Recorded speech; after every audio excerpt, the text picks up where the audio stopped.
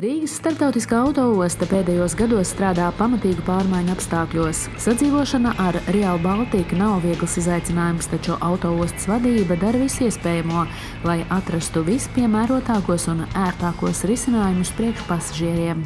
Labdien! Skaistā vasaras dienā apsveicu visus mūsu klientus ar vasaru, ar turisma sezonas sākšanos.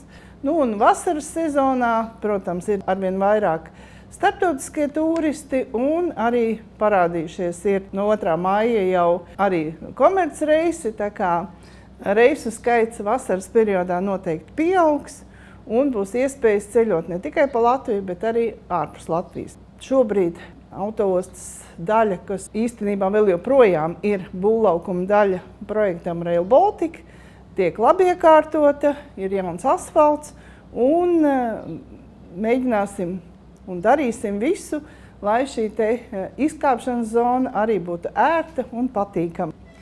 Esam ieviesuši arī papildus jaunus uzlabojumus cilvēkiem ar pārvietošanas grūtībām un dažādām problēmām apkalpošanu. Un ceram, ka šī turisma sezona būs patīkama visiem mūsu klientiem. Šā gada martā ir noslēgušies autoostas palīdzības izsaukuma punktu uzlabošanas darbi. Palīdzības izsaukuma punkti ir paredzēti personām ar ierobežotām pārvietošanās spējām un invaliditāti. Šos palīdzības punktus esam uzlabojuši sadarbībā ar mūsu partneriem, ar Invalīdu un viņu draugu apvienību Apērons un biedrību Socintegra. Un šobrīd punkti jau ir atbilstoši mūsdienu universālā dizaina prasībām.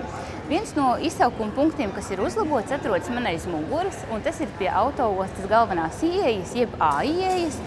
Savukārt otrs izsaukuma punkts atrodas nedaudz tālāk, un tas atrodas pie 2. stāva lifta pacēlāja, lai jūs ērti varētu nokļūt arī autoostas 2. stāvā. Tāpat esam domājuši arī par klientu apkalpošanu, kas saskaras ar dzirdes traucējumiem. Tādēļ mūsu autoostas 4. biļešu tirdzniecības kasi esam aprīkojuši ar indukcijas cilpas, jeb akustiskās cilpas iekārtu. Un šī iekārta jums palīdzēs sazināties ar mūsu biļešu kases kasieri daudz ērtāk un skaņa būs daudz labāka. Palīdzības pieteikšana palīdzības izsaukuma punktos ir ļoti vienkārši. Jānospriež izsaukuma signāla poga, tad jāuzgaida autoostas personāla atbilde, un tad ir jāuzgaida pavisam īs brīdis līdz 3 minūtēm, kad ieradīsies autoostas asistents un sniegs personai nepieciešamo palīdzību.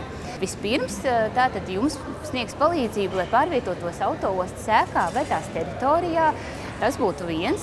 Tad tāpat jums palīdzēs iekāpt transporta līdzeklī vai arī izkāpt no tā, bet gadījumā, ja transporta līdzeklis būs tam piemērots un būs tehniski atbilstošs. Un trešā lieta palīdzēs jums nodot vai izņemt bagāžu.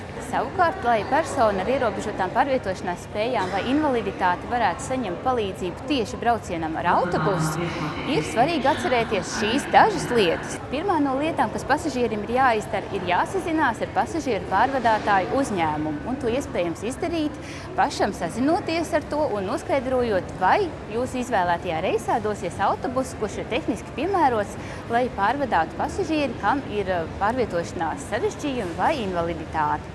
Tad, kad esat to izdarījuši, lūdzu sazinieties arī ar autoostu un dariet to vismaz 36 stundas pirms jūsu plānotā reisa. Sazināties ar autoostu jūs varat gan pa tālruni, kas ir 6722 66 58, vai rakstot mums uz e-pastu, kas ir palīdzība@autoosta.lv. Tad sagaidiet autoostas personāla atbildi, ka jūsu palīdzības pieteikums ir saņemts, un tad atliek vien ierasties autoostā 40 minūtes pirms autobusa reisa, kurš jums nepieciešams. Un, kad esat ieradušies autoostā, atkal paziņojat par savu ierašanos izsaukuma punktā.